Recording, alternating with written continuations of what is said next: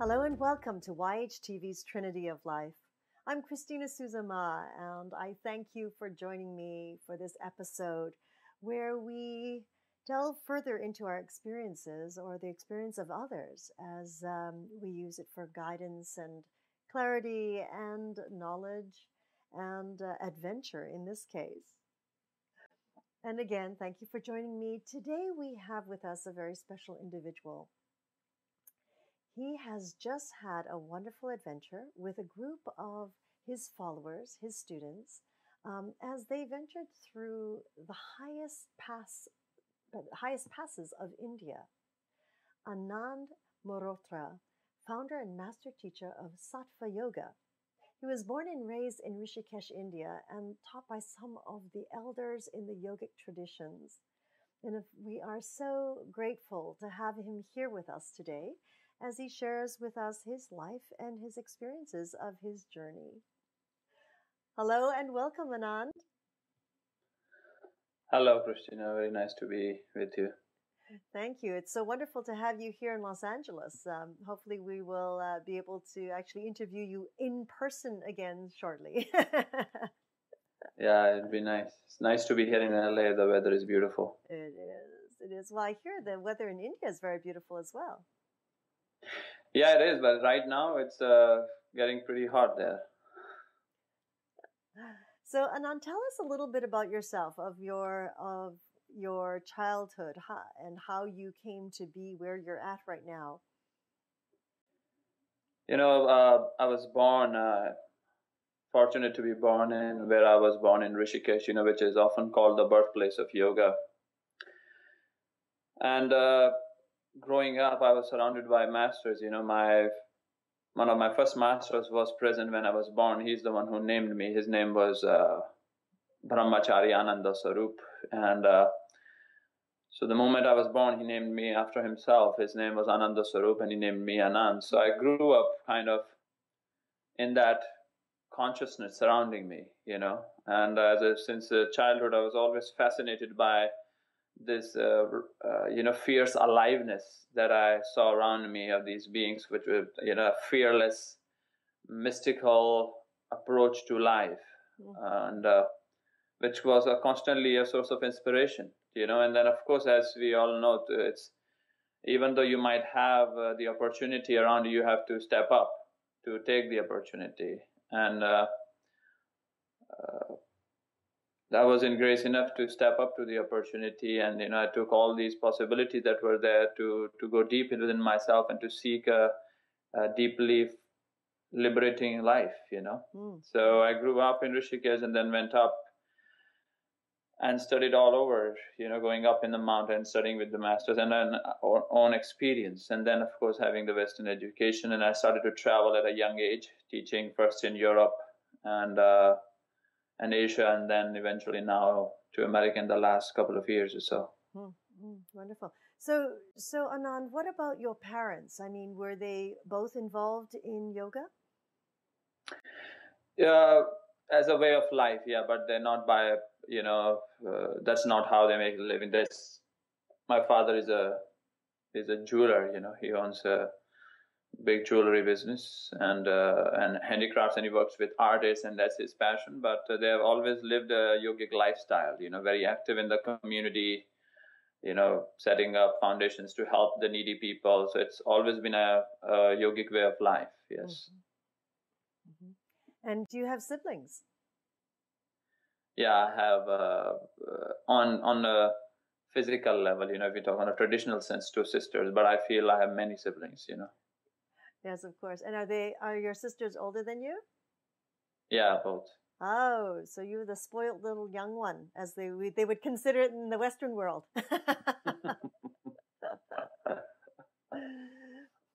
So, and did your sisters at all follow the traditions? I mean, yes, you lived more of a yogic lifestyle, but did your siblings also do the same as you did? I mean, are they involved in the yogic traditions at all, away from life?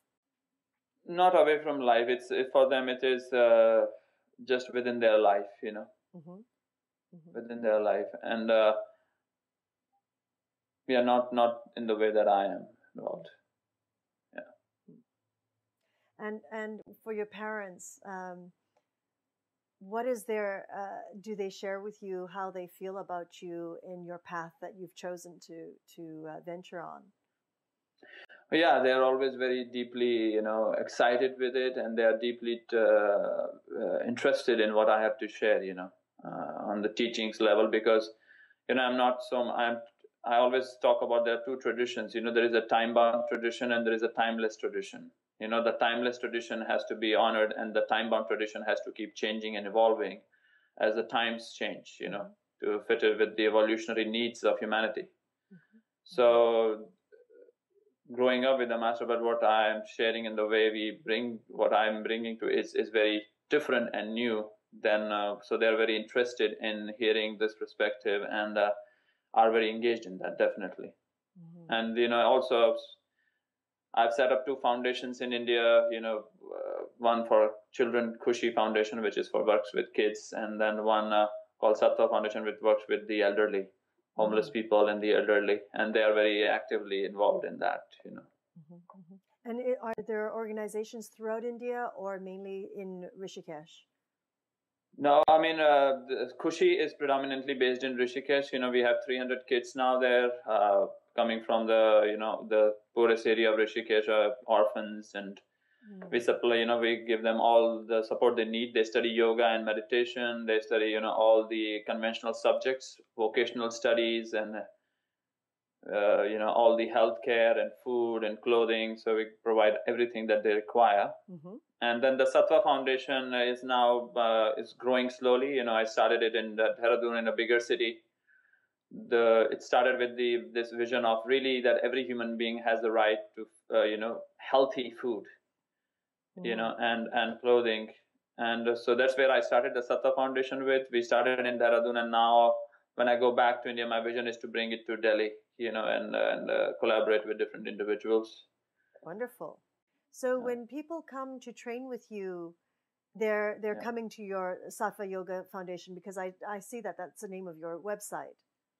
Yes. I've, apart from the charity foundations and all the different things, I also have a big center there in India, in the base of the Himalayas, called the Sattva Center, very beautiful, right on the Ganga River, surrounded with the lower Himalayas. So it's a perfect place for studying, and evolution in a very comfortable setting.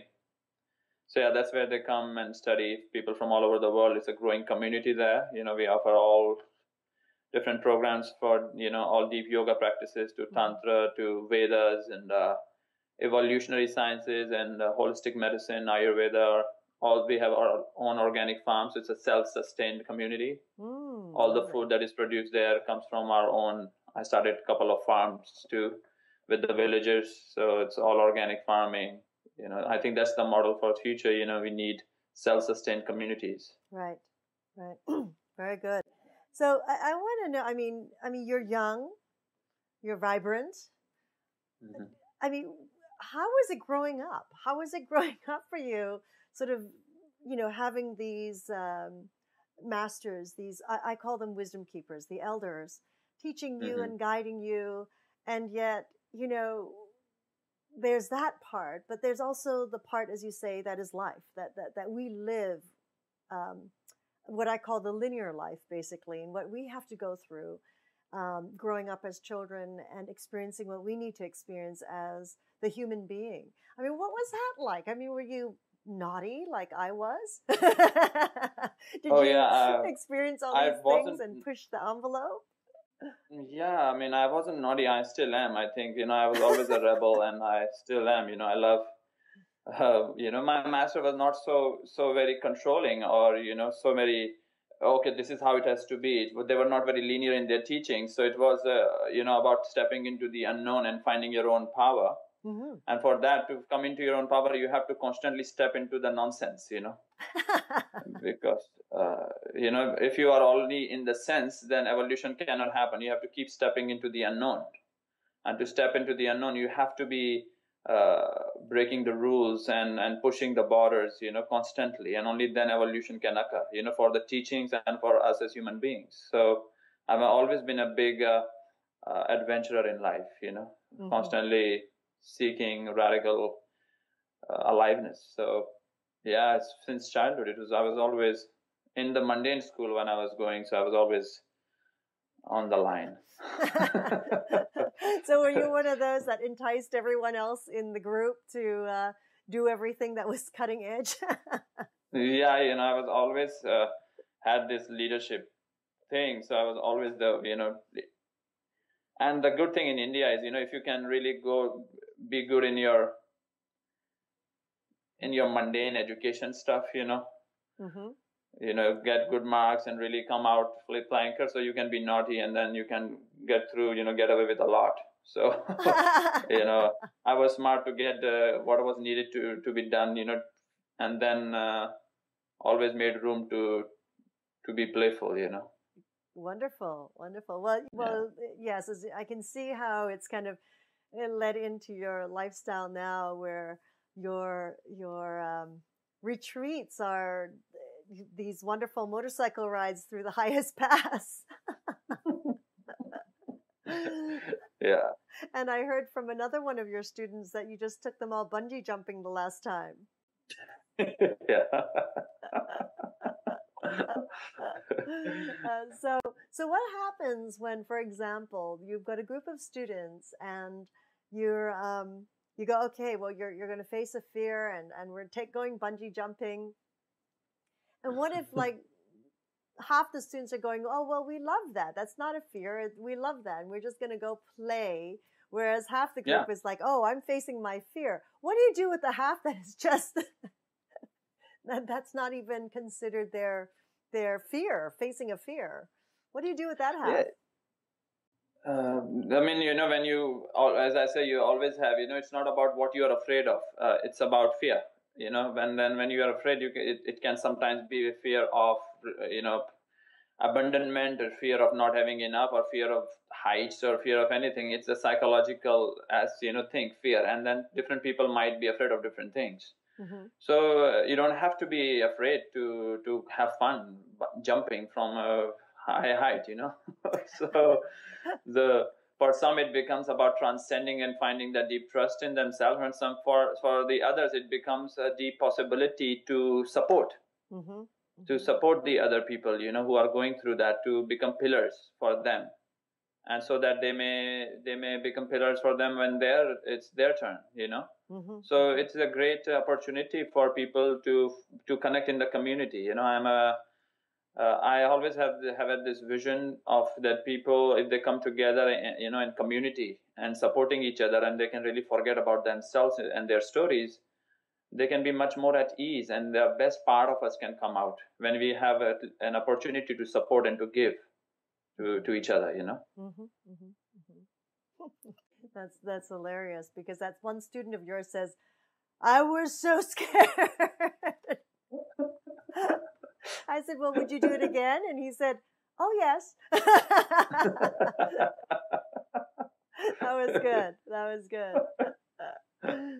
So Anand, this trip that you took with this corps, which was your first time on motorcycles, and I also heard about how crazy you were on the motorcycle, but here you are, brought up in a city. Like I'm very familiar with the Asian way of riding motorcycles in Asia, where there's like 5 to 6 people piled on one motorcycle and they're swerving in and out. So I've seen that happen. I've been in the midst of that happening. But I know through some of the interviews with some of your your followers, they were saying how absolutely on edge and how terrifying it was, riding through the streets of Rishikesh. And here you are just buzzing in and out like it's completely second wind. Of course, you were brought up there. Did you, being brought up on the motorcycles and being brought up in that kind of environment where there's lots of cars, there's lots of traffic going on, and then bringing this group of riders, how did that ever come to be? How did you, was it you who thought of this trip, or was it Adam, your producer, or how did it happen? First thing about the familiarity and unfamiliarity, you see, right now I'm riding in Los Angeles, and when people heard, it's like, whoa, that's very scary to ride in LA. So I never rode here in LA before, and right now I've been riding in LA, all around, and I really enjoy it. So I think it's when we allow ourselves silence, we can become very quickly familiar with anything, because this is our planet. So it is what we call familiarity, and unfamiliarity is only to do with memory. We don't have enough memory of that experience, but we can. There is a supercomputer within us, which can give us access to information or to experiences beyond memory, and that's what yoga is all about. To access that. That's what Kundalini Shakti is. When we talk about that, that's infinite potential in us, which can take us to experiences, to visions beyond our conditioned information. So that was why I always am offering these opportunities to really tap into that Kundalini awakening, to that immense potential for us, for every human being involved, So this project, this trip, I was going to do the trip alone, I was going to go alone to this ride, because I'd been to Leh before, but I had never been through this route, and I had heard from a couple of people how magnificent it was, and I really wanted to go there. So I was going to go alone, but Adam asked, he had been to India with me studying for a couple of months the year before, and then I was in LA, I was in America teaching just for 2-3 weeks, on a very short visit, and he said, I really want to come back.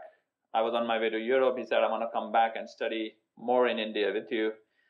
And I said, I don't really have time, because I'm going to be traveling, I'm traveling for my busy schedule all over. So, but I have this 1 month window when I'm going to be in India, but I'm doing this bike trip, and you are more than welcome to come for that. And he said, well, I don't know how to ride. I said, well, you'll learn. That's not an issue. So that's how it started. And in that moment, then I thought, if I'm offering into one student, it's only is dharmic if we offer it to few more people, because I knew if taking one or taking 7 or 8 would be same. Same amount of, and it might even actually help the experience of everybody involved. So I said, okay, we'll take 7 more people for the 7 chakras. So we offered it up, and then in that moment we decided, what, since we are offering it, let's offer this journey to the rest of the people by making a documentary of it, so that we can, the bike journey becomes a metaphor for life. So that's where we began, and we, wrote the proposal, and Adam sent it out, and that's how it got together. And I noticed that you may be doing that all over again.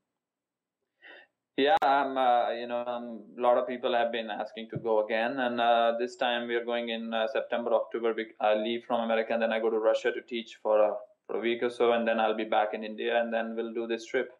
Not the same route. We are going to a whole different part of the Himalayas, but Badrinath, which is the land of Babaji. If those of you familiar with Babaji, the Shiva Yogi, and going to these caves where I used to go, when I was young, going to these powerful caves and vortexes. So it will be, and staying in villages. So it will be more mellow trip, but nevertheless very powerful on an experiential level. So no more snow and ice for you right now.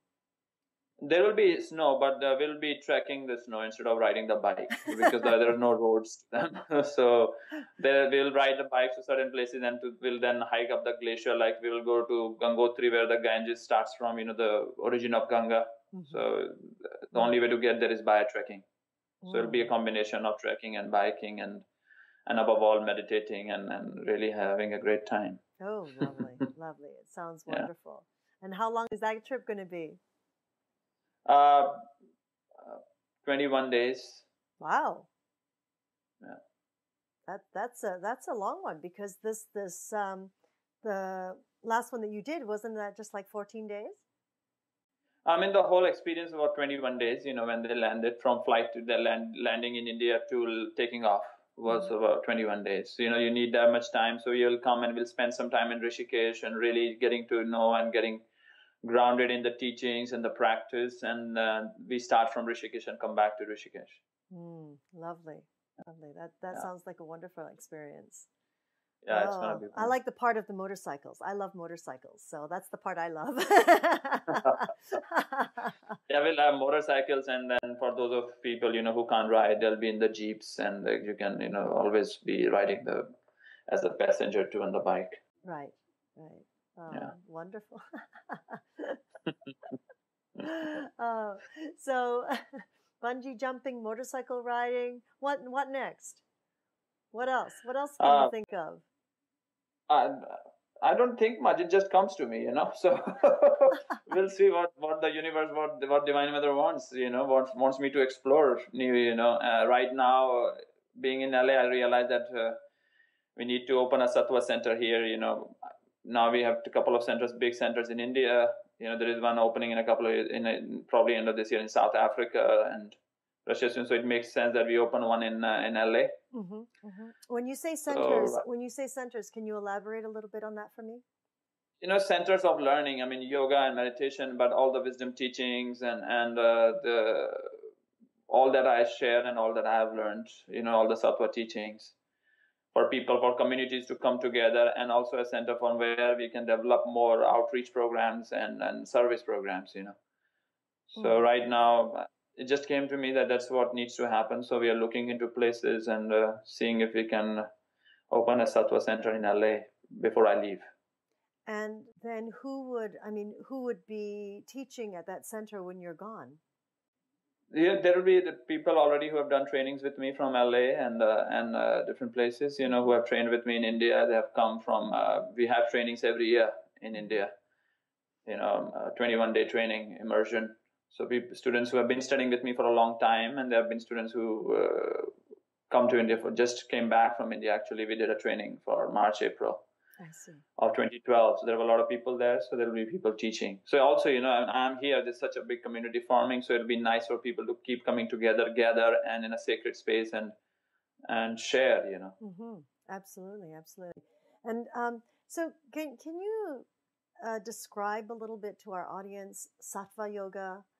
And now Sattva yoga, a form of yoga that is very familiar to those in India? Sattva yoga is, I'm the one who, for explanation's sake, I'm the one who founded it. Made that because with my studying, I'm looking at the yoga that is prevalent right now in the world. It's predominant. It's very fragmentary. I see, that it's okay, this style or this style or this style. So. But when I was practicing or all my studying, and yoga is a whole. There is it's a whole practice. It's a complete practice. It has to work on every level, not just on the asana or just the meditation. There is such depth to the practice, and that's what sattva means. The vision with creating the sattva for me was to create a whole holistic practice. Which doesn't exclude anything. You see sometimes there are just strong meditators, but they are not practicing the hatha part. But then there are a lot of now it's hatha yoga really exploding onto the global scene, but you see that it's creating great physical health, but sometimes not so much stillness, So the sattva is, you're working with tantra, you're working with mantra and sound and vibration, and of course the different asanas and kriyas and mudras and all the wisdom and evolutionary science. It's also working with, cutting edge recent discoveries about human body and human consciousness and brain and so it's what I like to call it's an holistic evolutionary practice, which includes all the tradition, yet keeps room for what is being, what's coming up in human consciousness now. Lovely, and I feel like this is the time. This is the time where people have more and more of an understanding here in the Western Hemisphere. They're having more and more of an understanding that yoga is not just about the asanas, but it is all-encompassing. It is truly a way of life. So what you're doing, I believe it feels very much in alignment with the flow. It's almost like everyone's had an introduction. Now it's to delve a little deeper into all the different aspects. So it's wonderful. So you have centers all around. So do you also have a center in Russia where you're teaching? Yeah, we are looking into opening one there. I go to Russia and teach there in Russia and, in Moscow and in Siberia. So we are looking into in recent future opening a center there too. And I hear it's yoga is really also touched in UK. Do you teach it? Have you taught in UK? No, I've never actually been to UK and Europe. I mean, I've been to Europe all over, but interestingly, never been to UK. I've been invited there, but it's sometimes there is only as much you can do in the time. So you mean there's only one of you? But it's wonderful. Now we're training teachers. There are more and more teachers, so they can go and teach, so that I don't have to go everywhere. And the teachers, all these young people who are so magnificent and committed, can go and teach. And that's what I'm really enjoying about LA too. There's so much eager young people here, who are really seeking depth and freedom. So what does it take for an individual to go through your teacher training? Because I'm assuming that that's what they go through when they come to learn with you, is they go through a certain teacher training. Yeah, there are different trainings. They go to trainings, and then a lot of students just come and study for a long time, depending on their life. How much space they have, a room they have in their life. Some students come and they stay for a couple of months, and some stay for 3 months, and some stay for a month. For the trainings, we have you begin with Warrior of Wisdom. This program that I developed, it's called Warriors of Wisdom. To really dip into the warrior within. I believe this times that we are living in is of the warrior consciousness, not the warrior, but the warrior, and warrior of wisdom, not the violent kind, but this deep grounded being of intelligence. So that's one training you begin with, or the Sattva Yoga teacher training, which is again a 21-day module immersion, So you're really immersed in it day in and day out. In India, that's where these are the beginnings, and there are different courses available which they can find on mysattva.com on the website. Absolutely. Yeah. So as you train these new up and coming yogis, I mean, I've heard different people saying different things where it takes a lot of training and a lot of experience to be able to actually teach something to its fullest potential. How do you feel about that? Yeah, I mean, you see, thankfully, so that we can never reach the fullest potential of yoga, You can always be on the way, because the yoga by its very nature is evolutionary and life is constantly evolving. So you cannot reach the end of it. So when we define Kundalini, which is the point of yoga to take you to your infinite potential. So how can you reach the end of your infinite potential? So it's a non-comparative ladder. All it takes, above all, I always tell, is what is the most important is your sincerity and willingness to constantly show up, and then it doesn't matter how much time you have spent, you just have to be very realistic that there are certain limitations you will have on an information level, on a skill set level. But the most important thing is the state of your consciousness. And state of your consciousness is the real conduit of how the teachings flow through you, how you channel them. So when you learn to really tune yourself to that source, then you're not bound by linear progression in time. There will be certain aspects which will be, subservient to the linear movement in time. But the truest part of you doesn't exist in time. And that's the most important part of the training, is to really access that part of you. That's what all yoga was really for. That in that radical shift in being, time has to end. And then, of course, the training doesn't stop that you just do the 21-day or a month training and you end. You constantly keep learning and evolving. You never stop learning. Only then you can really keep teaching. Do you find that some students, is like they dedicate themselves and they're very diligent and they're very strict, and then suddenly they kind of go, all right, I need a break. I need a break, and kind of like go into the more, sort of, they haven't quite figured out how to align their life with the yogic life? You see, my teachings are not idealistic, so they're not about a certain that this is how you need to be.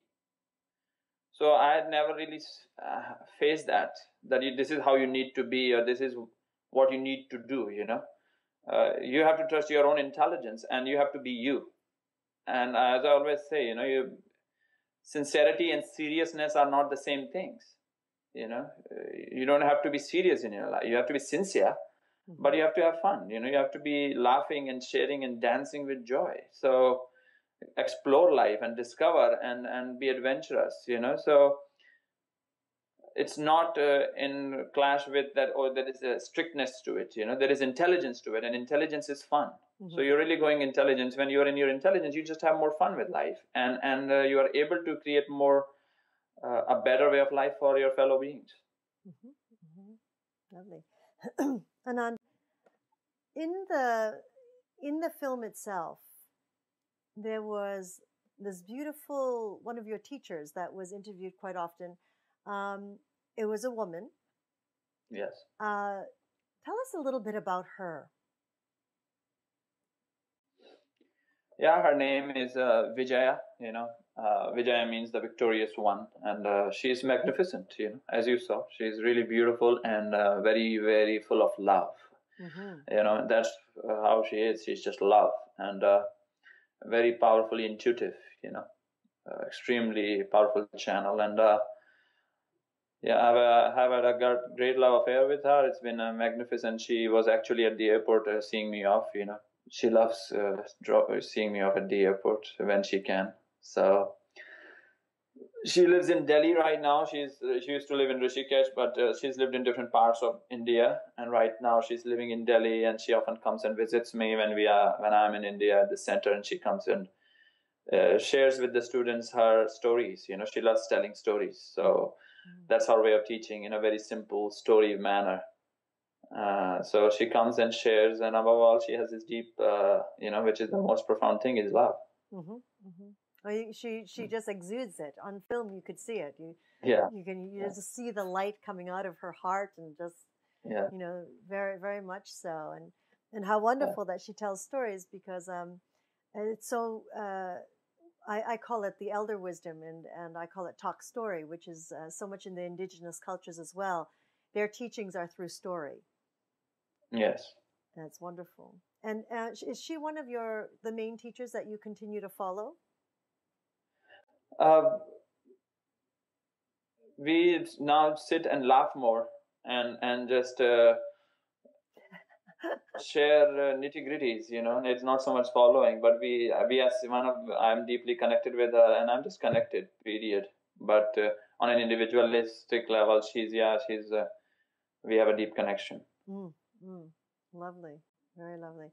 And now, during the journey on the highest path, you ended up sort of like at the ultimate goal, which is the highest. Is it the highest point? Yeah, the highest drivable road. Yeah. And there was a beautiful, beautiful structure there where you all went in, and there was like almost what we would call like a shaman there, a woman that was sort of reading or channeling for each of you. Can you tell us a little bit about that experience, like what exactly she does, and the experience that you had there? Yeah, this was I had met her once before in Leh, and so I wanted to share that with all the writers and the students. I wanted to give them that experience, and she's coming from she's called an oracle, right? So that's from the Vajrayana tradition, which is the tantric Buddhism, which is the Buddhism which Dalai Lama is a part of. So if you look at the Vajrayana tradition, you see it originates. It's a combination of yoga and the teachings of the Buddha. So one of the first teacher with all Tibetan Buddhists, or the Vajrayana tradition people who are following the Dalai Lama, they follow. It traces its lineage back to Padmasambhava.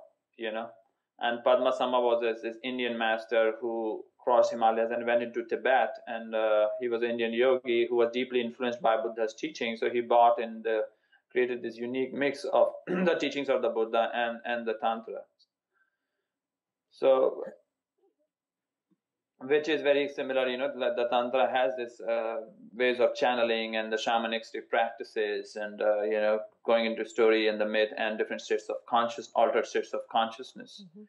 So the oracle is a part of that state of consciousness, and she goes into this trance state. She does a ceremony, and she goes, and that's sometimes a week she will do it. She does a specific ceremony alone, and then she goes into this trance state, and then she starts to channel. The most interesting thing about is that she's from Ladakh, and Ladakh has its own local dialect, which is Ladakhi language, which is very different from Tibetan, But when she goes into this trance state, she speaks only in Tibetan. But when she is in her mundane out of that state, she doesn't know any word of Tibetan. She can't speak Tibetan. Wow. Yeah. So she there needs has to be two a translators. Yeah. So there has to be a translator there. And, she really goes into this altered state, which, that's why in yoga we constantly talk of the infinite as Shakti. There's this immense intuitive power in the feminine. So most of the oracles are female. They have this deep intuitive Shakti in them. So she channels this Shakti, and people go and ask questions. All the villagers go there from the local town, village. They go when she's in there to ask questions or if they have any problems in life, and she helps them and by answering their questions. So that's where people, and it's not, you cannot go there with any expectation, because she might not give you the answer you want, or she might not even answer you at all. Yeah. So that's the funny thing, it's so beautiful to see there's this raw, authentic honesty there, She's not there to please you or anything. So it's not about the ego at all. It's a very wonderful experience. And I think everybody on the trip had a powerful experience with that. Isn't that interesting? It's like so many people go to fortune tellers here, so to say, and they have their palms read or their cards read, and they come out, either they're really happy because it's something they wanted to hear, or they're just completely turned off and they don't want to go back to see that person because what was read wasn't something that they were hoping for.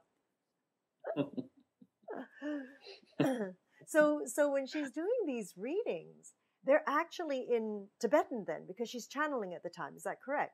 Yes. And how long does she stay in that trance state?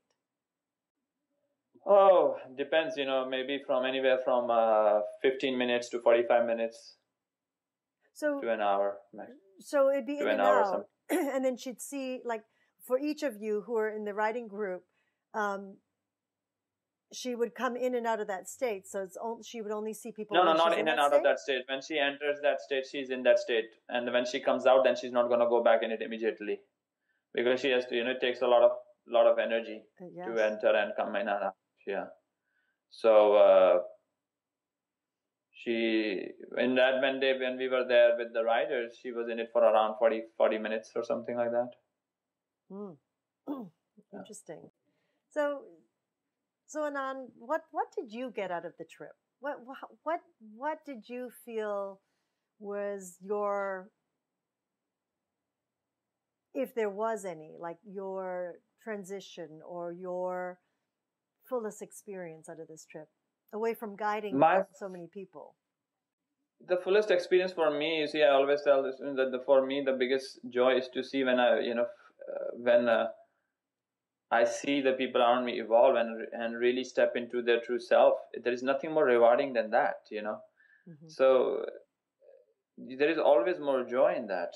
When you can, so for me to see the people, each and every one of them had that radical shift and access that potentiality of themselves, it was immensely fulfilling. So, which cannot be compared to anything personal, what I got. For me, there is no other. They're part of me. When any student is with me, I feel they are part of my spirit, they're part of my space. I don't feel any separation, so their experience becomes mine. Mm-hmm. So it was a very, very deeply fulfilling, as always, to see everybody involved have such amazing experience and that radical shift of being, Mm-hmm. And to I knew in that moment that it was just the beginning. It has to be that shift will continue, and sometimes, takes you a while for you to even realize that how much you have shifted, you see. Yes. So hearing from them now, as you met some of them in your interviews, to see how they have applied and how they have deeply their lives have shifted, really is magnificent to see. It's very deeply touching. Yeah. Mm-hmm. So in some part of this, when it was revealed that you were supposed to die at 27, not saying if it was your actual being itself, of course, and you take this journey, and of course you're still sitting here alive and well. So was that a big transitional point for you in your life, that it was like a rebirth for you? You see, I've always looked at living and dying as part of the one, you know. So the real death has to be constantly of the things which are not you, you know. And one has to constantly keep dying to what is unreal, and it's an ongoing death so that you can keep living. So that was, yes, the next chapter, you know. For, as my teacher, you know, she was saying in the movie, for her, it also, she saw that it was the next chapter, just the next phase. And, you know, as we keep going through our next phases in life, you know. So that age for me was the next phase of going into next phase, and that's why I was taking the journey at that time. Okay, let's, you know, we are going to the next phase. Why not start it off with a great adventure, and then see what what universe wants us to experience. Oh yeah. Just a little fall off the motorcycle and that wonderful helmet you are wearing. Yeah, crazy grace. Crazy grace. Instead of saving grace, it was crazy grace. You see, there is no saving grace. The grace is always crazy, you know. Yeah. Because, yeah, you see, the grace, or what we, you know, grace is just another name for love. That unconditional, intelligent love, which is what keeps us alive without any effort. But it is because it is so supremely intelligent and it is so unconditional, so it's always present. So to the mind, it always seems crazy. That's why the mind is constantly trying to figure out life. It's constantly trying to control life. It's constantly afraid, because to really be attuned to grace seems crazy to the mind. You know. So that's why in India, you know, one of the names for the mystics was Masta, the mad ones. You know, that's who perfect. just I love intoxicated with life. So grace will always seem crazy to the mind. Love, that fierce love, you know, the fierce grace, that unconditional love will always seem crazy to the mind, as little uncomfortable to the mind. Right. Yeah. I love that. The mad ones. Perfect. Now that is the perfection. mad ones and the awakened ones both are out of their minds. Yeah.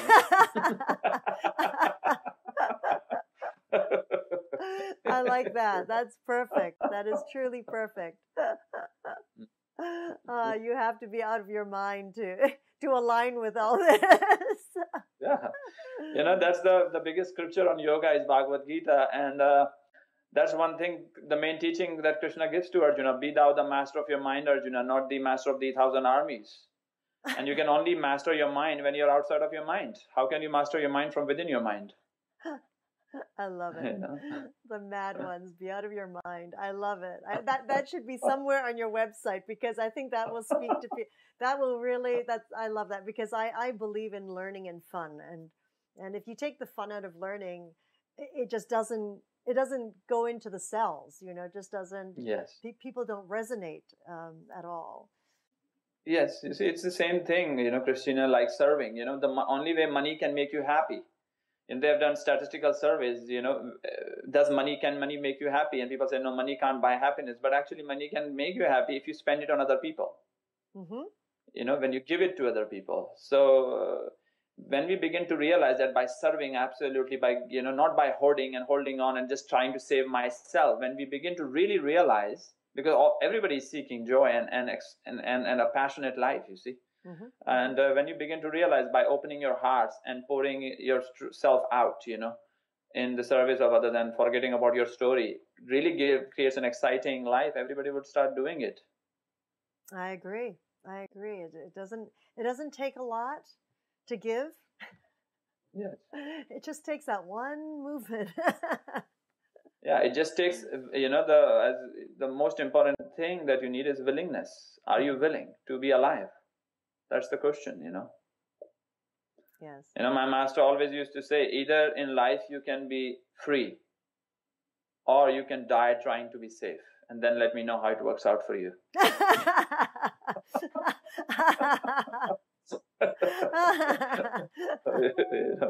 He said the keyword is trying to be safe. The more security you seek, the more insecure you get. There you go. I'm completely with you on that. I like that too. You have to have all these sayings all over your site. I mean, because it brings such laughter. It's like, that's a good one. Because it's easily accessible and it's understandable. Yeah. What do these some of your teachers or mentors, what do they think about how do they feel about your way of introducing your form of introducing those to this form of yoga, or to this world of yoga, basically, with with the bungee jumping, with the motorcycle riding? Yeah, you see, most of my masters who were in the physical realm, they are not anymore in the physical realm. Couple of them are, and they are very excited, and they always giggle and laugh, and they're very keenly interested, and they always love that this new, fresh perspective that we are bringing in. Right. While still keeping the diamonds of the tradition alive, and bringing the evolution to it. So I think that's how humanity can keep growing and learning, is when we can really create this unity or yoga between the times. Yes. So I really love it, and the masters love it too. Even the ones who are not in the physical realm often come and in their own subtle ways share their joy. Well, something just came to me. He did it. He mastered it. He's out of his mind.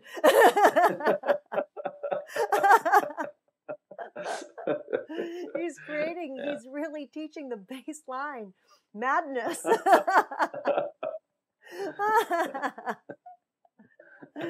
Oh, that's wonderful. Really wonderful. Well, so your visions, of course, is to create these centers all over the world and globally, and invite people to have fun and live life to the fullest. Yeah, live life to the fullest. Live a passionate, serviceful life. Because as you awaken to your passion, the natural movement of you becomes to serve. Mm-hmm. That's just very when you are so full inside, all you want to do is then give it, because that's the only thing left. It's not even a choice anymore. But for you to do that, you have to tap into that strength, that infinite potential of you. And for that, you need to be willing and then take certain steps, mm-hmm. which are required, and above all, you have to really let go of all these delusional fears. The only thing we have is time, and all the thing we don't have is time. Mm-hmm. So we have to be very present to the opportunity. Mm-hmm. And one of the great vision is to really, to deeply help the children of this world, and I mean, I think we are all children of this, of this planet, and above all, we have to, as children of this planet, we have to help each other, and we have to serve our mother. And we can have, she wants us. The planet produces so much fruit, and the planet is about joy. It wants you to experience life to the fullest. It wants to experience life. You to experience life in all its multiplicity, and all its uniqueness. Mm-hmm. So many flowers, so many species. There's so much to explore on our magnificent place. So only when we begin to awaken, we will stop abusing ourselves, stop abusing our communities and our people, and stop abusing our mother planet. Mm-hmm. Mm-hmm. Yes, I completely agree with you there.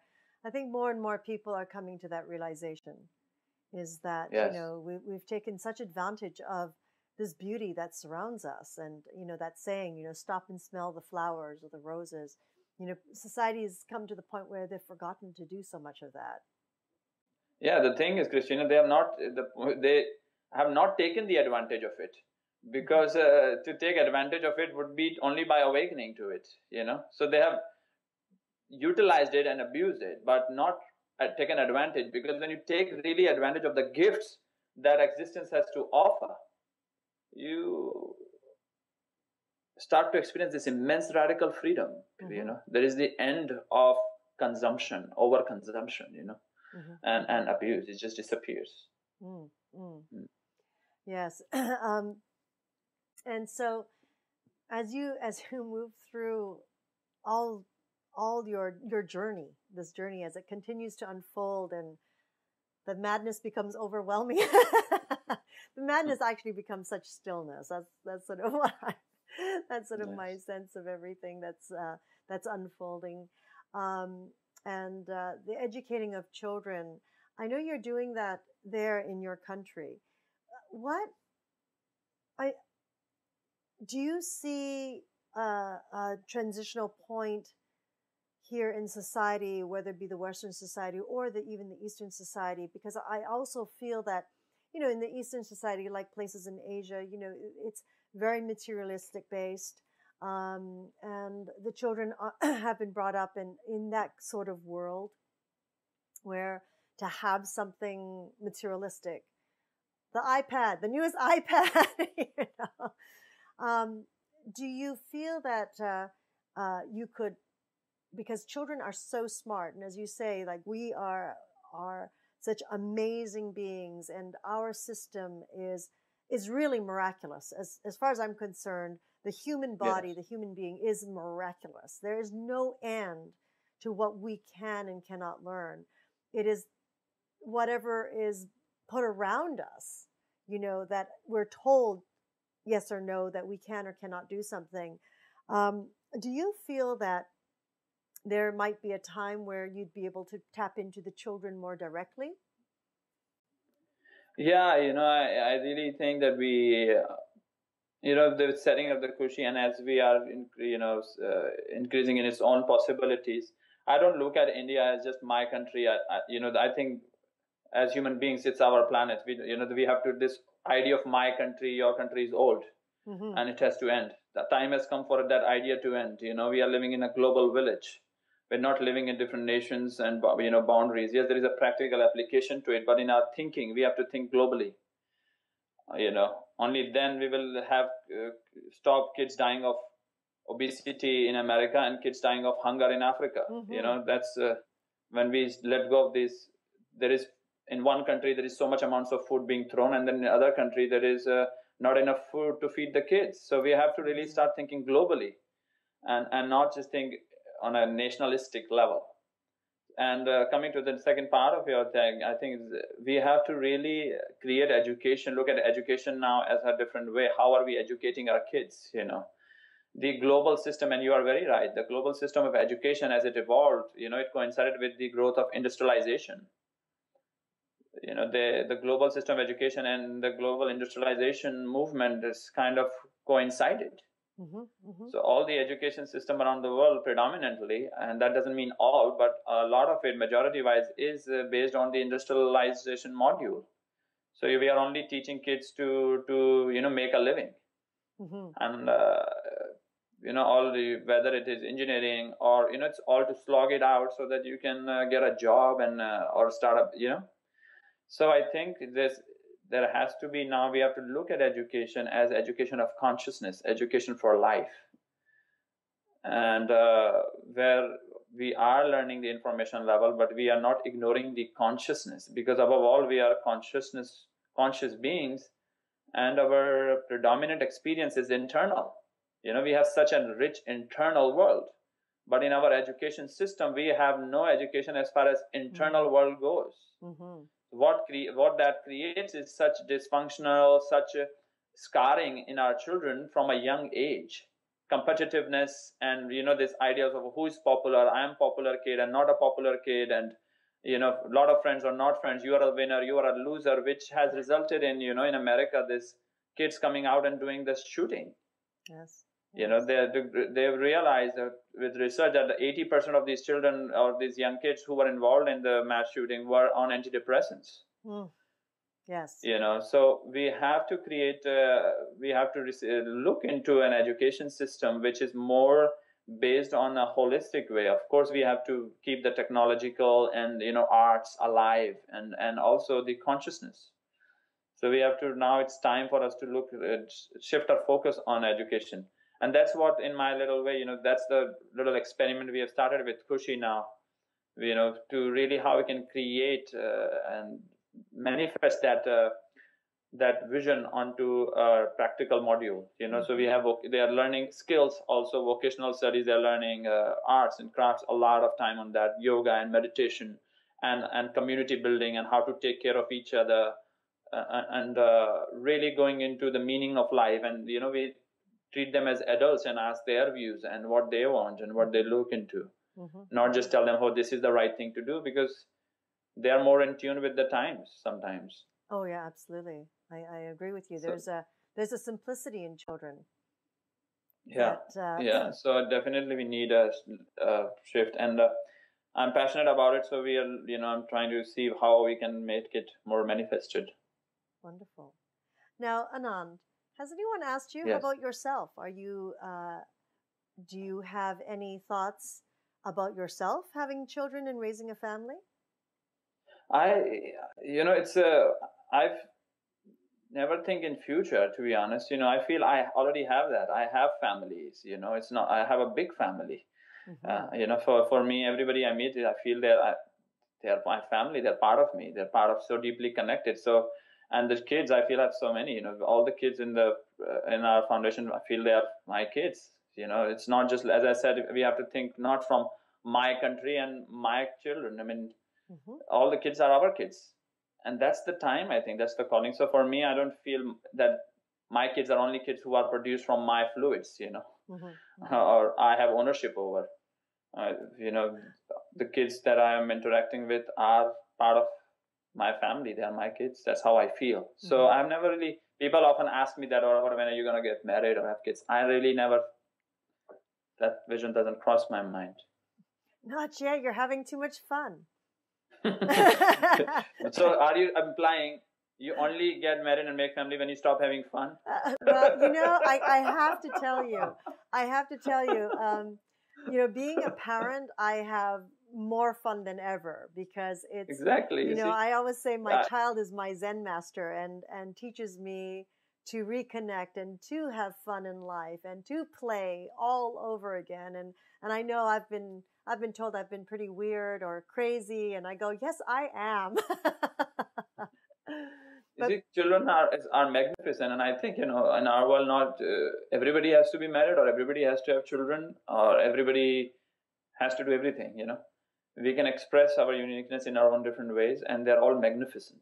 Absolutely. And I love kids. I mean, I think I love the kids. I love elderly people, and I just love people. You know, the kids are magnificent. I love spending time with them whenever I get a chance. You know, I love being with the children because there is just such a simplicity, and you can just play. You know, with that, they don't have so much information stuffed up into their brains of what's right and what's wrong, and what they need to be, and how they're not good enough, and you know it's just there's just a simple presence, which is so beautiful. And you know, oftentimes, sometimes I say the only problem in a kid's life is an adult. Yes, yes. So as we talk about education, we have to educate adults, and so that we can create an environment where kids can keep evolving naturally.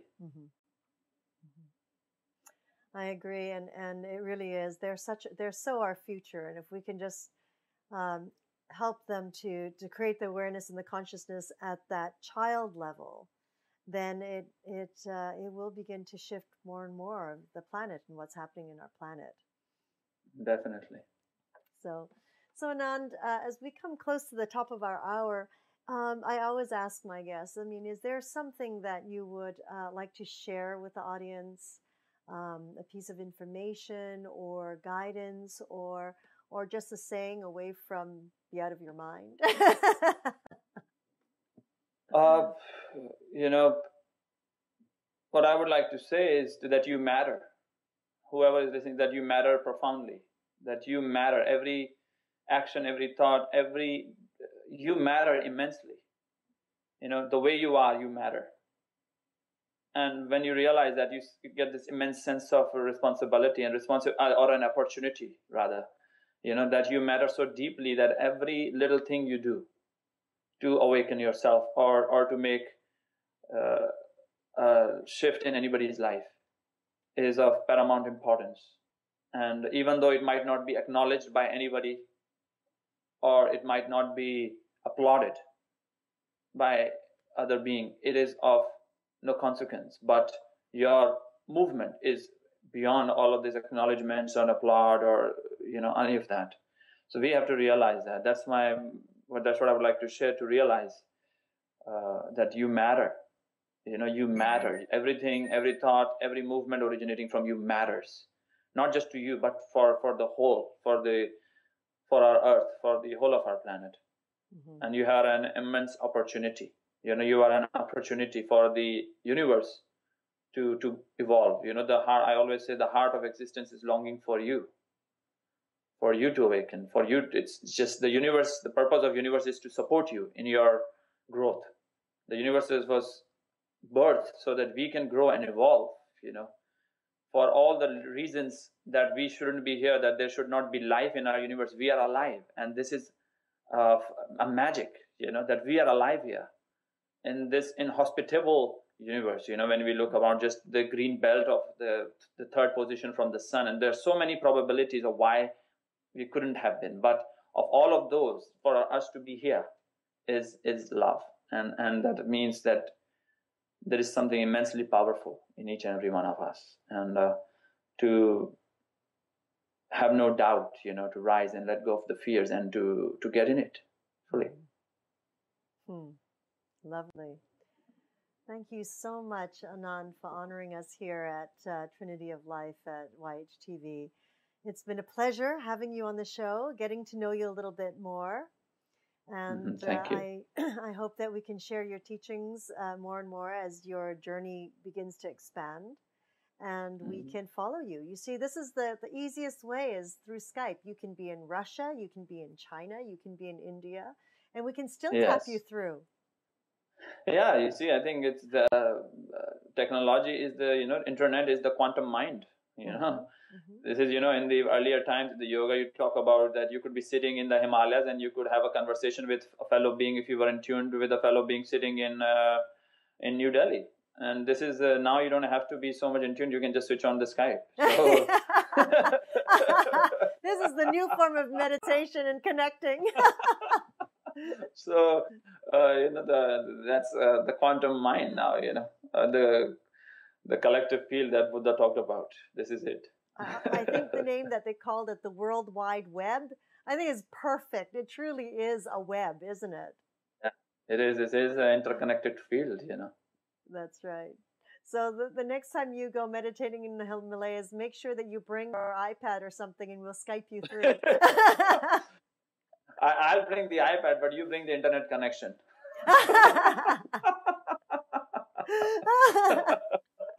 Now that will be something. Oh, thank you so much, Anand, and we look forward to having you back on the show again and following your journeys. And many blessings of love to surround everything that you do and your organization and your gifts to so many. And we can only hope that we can help support you in any way that we can to grow your organizations and spread that love throughout the world. Thank you, Namaste, and wonderful for what you do. It's magnificent work, what you are doing and sharing. And this is what we need, and it's such a great platform, to reach people. So thank you, and blessings. Thank you, Anand.